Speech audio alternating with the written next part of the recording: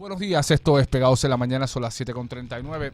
En breve estaremos reproduciendo ese momento de la senadora contestándole a la candidata Lúgaro. Conmigo a esta hora en vivo, el presidente del Senado de Puerto Rico, Eduardo Batia. Buenos días, presidente. Hola, buenos días, siendo 18 de octubre, muchas felicidades en tu cumpleaños el día gracias, de hoy. Gracias, muchas gracias. Que sean 60 más por lo menos.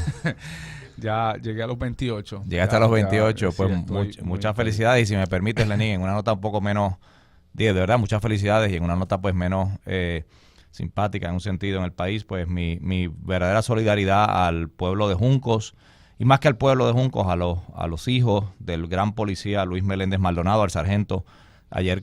Hoy será su funeral en el pueblo de Juncos al mediodía. Fue baleado por unas gangas de drogas el pasado viernes en Humacao.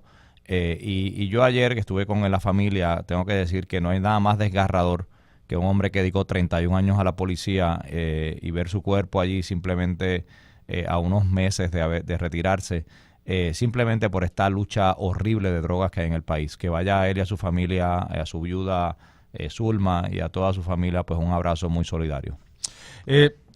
Claro, y desde acá también nuestro abrazo solidario a la familia de este policía. Senador, el gobernador García Padilla plantea en su plan fiscal que hay que recortar el 42% del gobierno, lo cual supondría una reducción de 14,000 plazas de gobierno. ¿Usted está de acuerdo? 12,000 plazas, 12,836 puestos de trabajo. ¿Usted está de acuerdo? Lo que él plantea en ese informe, o lo que plantea el plan fiscal, es que en 10 años, por lo que se conoce como attrition, que es las personas que se retiran, ellos estiman que es el 2%, yo creo que es un poco más alto, pero que cada vez que alguien se retire, y yo creo que el punto de partida tiene que ser ese, cada vez que alguien se retire, congelar esa plaza. Es decir, no votar a nadie del gobierno, esto no es una ley 7 ni nada por el estilo. La realidad es la siguiente, y yo creo que el punto de partida tiene que ser: Puerto Rico le debe, tenemos una deuda con diferentes entidades de cerca de 68,000 millones de dólares. La pregunta es, ¿se puede o no se puede pagar la deuda? La respuesta es no. No se puede pagar la deuda porque no hay dinero para eso. ¿Y qué hay que hacer? Pues hay que hacer varias cosas. Hay que reducir un poco el gasto de gobierno, y eso es lo que el gobernador dice.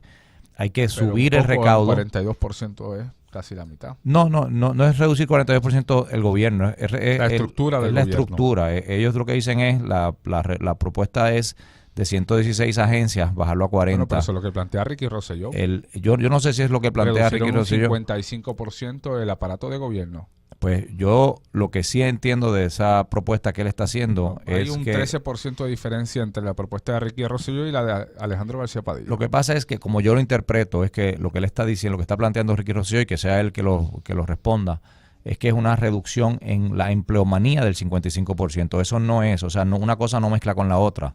Lo que está diciendo Alejandro, o el plan que se presentó, es que se consoliden agencias hasta el 40% de las agencias. Me parece que por ahí también va Ricky Rosselló. Bueno, pues entonces puede haber una coincidencia. Sí, está bien. Y está bien ese tipo de reestructuración. Bueno, yo he dicho desde un principio, la posición mía ha sido desde un principio que y se puede lograr sin votar empleados públicos, hay que reducir hasta un punto. Ya la austeridad se ha hecho. Puerto Rico no puede seguir en un plan de austeridad exclusivamente, tiene que aumentar los recaudos. ¿Cuánto hay que reducir? Yo dije inicialmente hace un tiempo atrás, de como $1 billón millones de dólares. Sí, y ya se ha logrado a través de muchas decisiones, con cerca de $500 millones. Yo diría que se podría hacer como 300 a 400 millones de dólares más en estas decisiones que se tomen a través de 10 años. Es decir, no es de un día para otro. ¿Por qué? Porque ya Puerto Rico está llegando al punto donde tú estás en el hueso, donde tú lo que necesitas es inversión, pero obviamente no quieres, y lo que Puerto Rico no quiere es un aumento en el recaudo a través de contribuciones.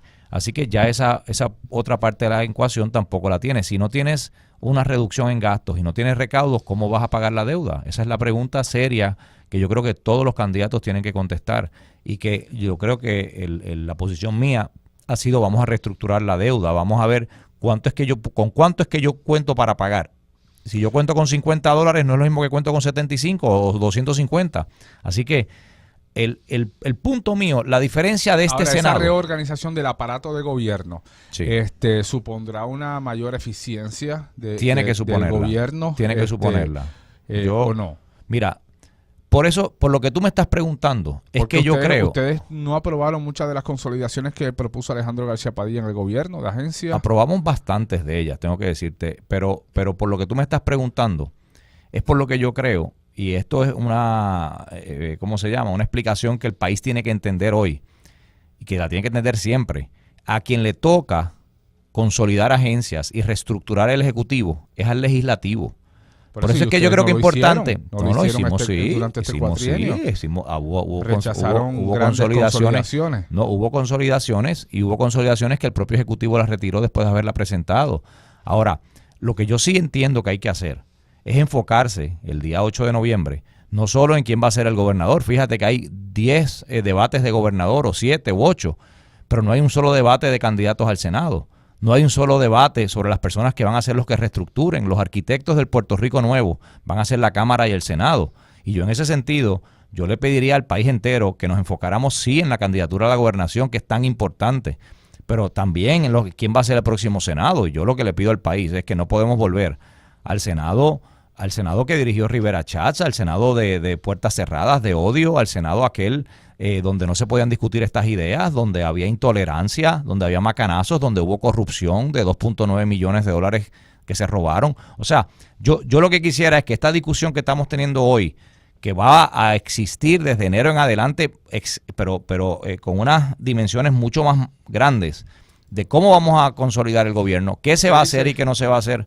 Eso hay que enfocarse en quién va a ser el próximo Senado, y en ese sentido yo abogo por un Senado que incluya gente como Aníbal José Torres, gente como Rosana López, como Cirilo Tirado, gente como Miguel Pereira, como Nadal Power. Ese equipo que es extraordinario es el equipo del Partido Popular. Usted ha insistido en ese discurso durante toda esta campaña. No se puede volver al Senado de Tomás Rivera Schatz. Si sacamos de la ecuación los macanazos y la cerrada de las gradas, ¿su Senado ha sido mejor que el de él? Bueno, muchísimo mejor. Ellos tomaron préstamos, ellos tomaron cerca de 19 mil millones de dólares en préstamos.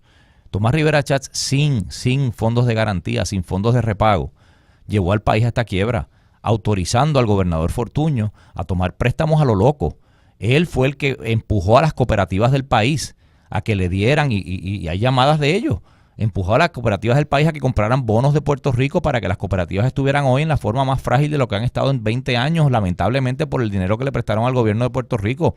Él es la persona que dirigió y supervisó los trabajos de la superintendencia, donde se robaron sobre 2.9 millones de dólares y hubo un fraude que ya la Contralor lo ha especificado, y donde se inventaron un sinnúmero de compañías falsas y fraudulentas.